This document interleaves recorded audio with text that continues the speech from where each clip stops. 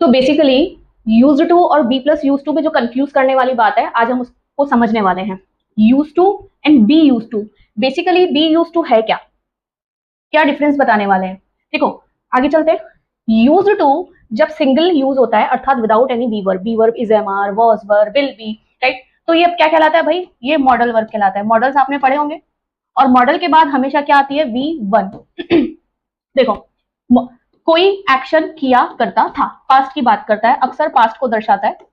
जैसे कि ही use to play guitar every day, तो क्या बोलेंगे कि भाई देखो यूज टू मेरा क्या रहा, मॉडल, और मॉडल के बाद क्या आया, वी वन, तो वह गिटार प्ले किया करता था हर दिन। अब नहीं करता, उसके किसी पास्ट के एक्शन के या पास्ट के एक्शन की हैबिट को दर्शाता है।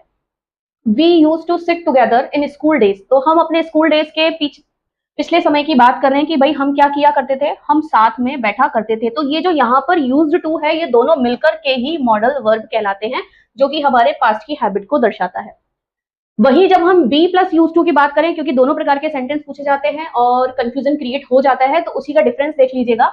बी में देखो कौन कौन सी वर्ब्स आती हैं। प्रेजेंट की बात करोगे तो इज एम आर आएगी, पास्ट की बात करोगे तो वॉज एंड वर आएगी, फ्यूचर की बात करोगे तो will be and shall be आएगा। ठीक है, अब बेसिकली इसका अर्थ क्या होता है, अगर बी प्लस यूज टू की बात करें तो देखो ये यहाँ पर जो यूज टू है बी के साथ इंक्लूड होने पर ये एडजेक्टिव फ्रेज कहलाता है, जिसका अर्थ होता है किसी चीज का शौकीन या किसी चीज का आदी, यानी उस चीज की आदत होना।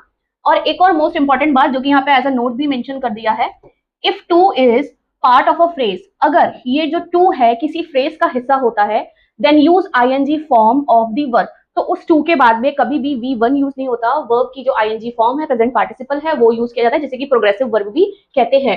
For an example you can see that I am used to living, ये कह रहा है आई एम मतलब कि भाई मैं हूं, अब मैं क्या हूं, यूज्ड टू हूं, यानी कि मैं आदी हूं या मुझे आदत है किस चीज की, living in cold weather, cold weather में रहने की। तो ये जो यहाँ पर है ये एक तरीके से जिरंड कहलाता है, जो ना नी ने का भाव देता है। ठीक है, ही इज यूज्ड टू, अब हम किसी दूसरे व्यक्ति की बात करें, ही इज वह है, अब वह क्या है, यूज्ड टू है, आदी है, किस चीज का आदी है भाई, he is used to drinking tea, चाय पीने का, वही नानी ने का भाव आ गया। So this is the basic difference of used to modal verb and be plus used to as an adjective phrase.